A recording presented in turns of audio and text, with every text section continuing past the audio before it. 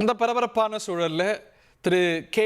செங்கோட்டையனுக்கு ஆதரவாக Mrs we. Sasikala அறிக்கை வெளியிட்டிருக்கிறார். அவர் ஒரு உண்மையான தொண்டர். அவர் இருக்கிற வரைக்கும் திமுகவால் ஆட்சி அமைக்க முடியாது, நெருக்கடியான காலத்தில் கட்சிக்கு பலமாக இருந்தவர் அப்படின்னு திரு செங்கோட்டையனுக்கு புகழாரம் சூட்டி ஒன்றுபடுவோம் வென்று காட்டுவோம் அப்படின்னு மிஸ்ஸஸ் சசிகலா அறிக்கை வெளியிட்டிருக்கிறாங்க. இந்த அறிக்கையுடைய விவரங்களை விவரிக்கிறார் செய்தியாளர் ராமச்சந்திரன். ஓட்டியோ. வணக்கம் ஹரி. முன்னாள் அமைச்சர் திரு செங்கோட்டையனுக்கு ஆதரவாக திருமதி சசிகலா ஒரு பக்க அறிக்கையை வெளியிட்டுள்ளார். அந்த அறிக்கையில் திரு செங்கோட்டையன் தனது உடம்பில் ஓடுவது அதிமுக ரத்தம் என்பதை மீண்டும் நிரூபித்துள்ளார். அது மட்டுமல்லாமல் அதிமுக ஒன்றுபட வேண்டும் என்பது செங்கோட்டையின் கருத்துதான். இன்றைக்கு ஒவ்வொரு தொண்டர்களின் கருத்து, தமிழக மக்களின் கருத்தும் இதுதான்.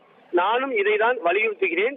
மேலும் திரு செங்கோட்டையன் அவர்களை போன்று உண்மையான தொண்டர்கள் இருக்கும் வரை திமுக என்ற தீய சக்தி எந்த விதத்திலும் முயற்சி செய்தாலும் அவர்களின் தீய எண்ணம் ஈடேறாது எனவும் தெரிவித்துள்ளார். அது மட்டுமல்லாமல் திமுகவின் சதி திட்டத்தை முறியடித்து அதிமுக தொண்டர்கள் அனைவரையும் ஒன்றிணைய வேண்டும். இருவரும் தலைவர்கள் உருவாக்கிய இந்த இயக்கம் ஒரு காற்றாற்று வெள்ளம் போன்றது.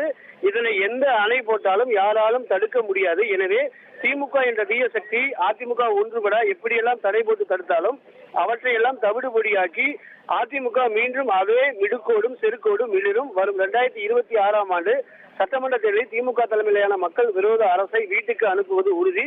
ஒன்றுபட்ட வலிமையை அதிமுக கழகம் என்றும் தமிழகத்தில் ஆட்சி மாற்றம் ஏற்பட வழிவகை செய்யும் என்பதை தெரிவித்துக் கொள்கிறேன். ஒன்றுபடுவோம் வென்று காட்டுவோம், நாளை நமதே எனவும் ஒரு பக்க அறிக்கையின் வாயிலாக திரு செங்கோட்டையன் அவர்களுக்கு ஆதரவாக திருமதி சசிகலா அறிக்கையை வெளியிட்டுள்ளார்.